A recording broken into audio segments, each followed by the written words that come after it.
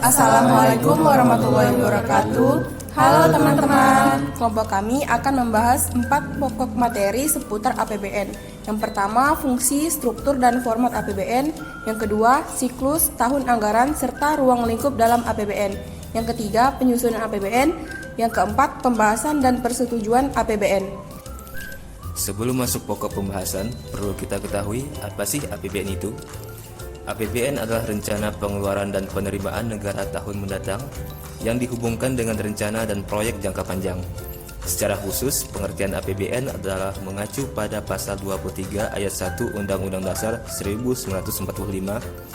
Disebutkan APBN adalah pengelolaan keuangan negara setiap tahun yang ditetapkan dengan undang-undang. APBN dilaksanakan secara terbuka dan bertanggung jawab, serta ditujukan untuk sebesar-besarnya kemakmuran rakyat. Adapun fungsi APBN secara umum adalah fungsi otorisasi, fungsi perencanaan, fungsi pengawasan, fungsi alokasi, fungsi distribusi, dan fungsi stabilisasi.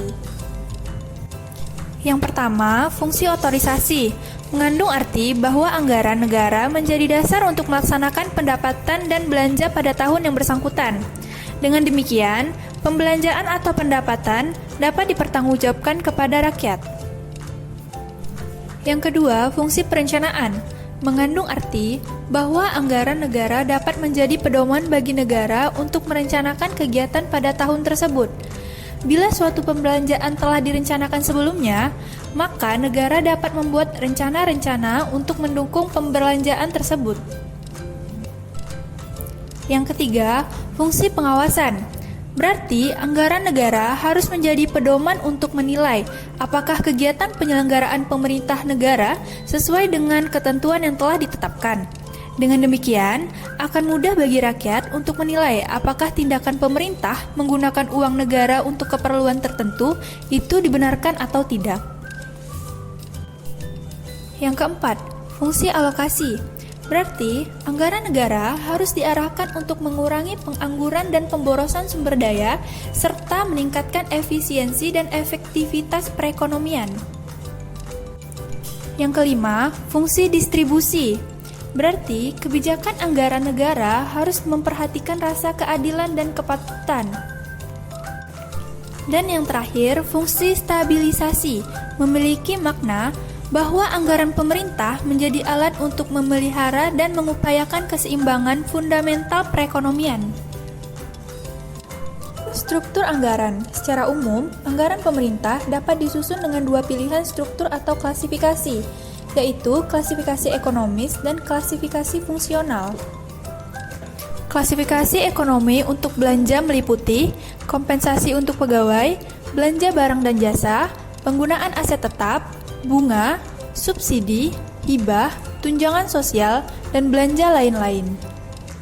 Sedangkan klasifikasi belanja berdasarkan fungsi meliputi pelayanan umum, pertahanan, ketertiban umum, ekonomi, lingkungan hidup, perumahan dan fasilitas masyarakat, kesehatan, pariwisata, budaya dan agama, pendidikan, dan jaminan sosial.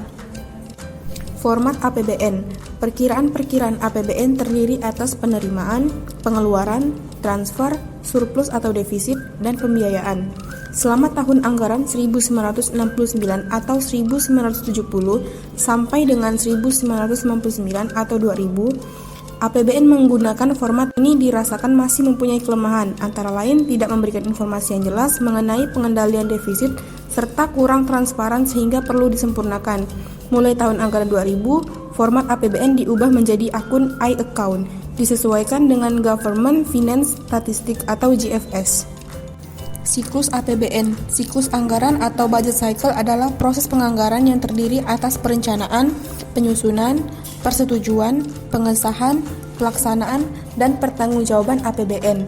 Siklus ini tidak berjalan estafet, tetapi dalam tahap tertentu berjalan simultan karena sebelum APBN selesai dilaksanakan, pemerintah harus mengajukan APBN tahun berikutnya. Secara garis besar, siklus APBN Indonesia adalah sebagai berikut.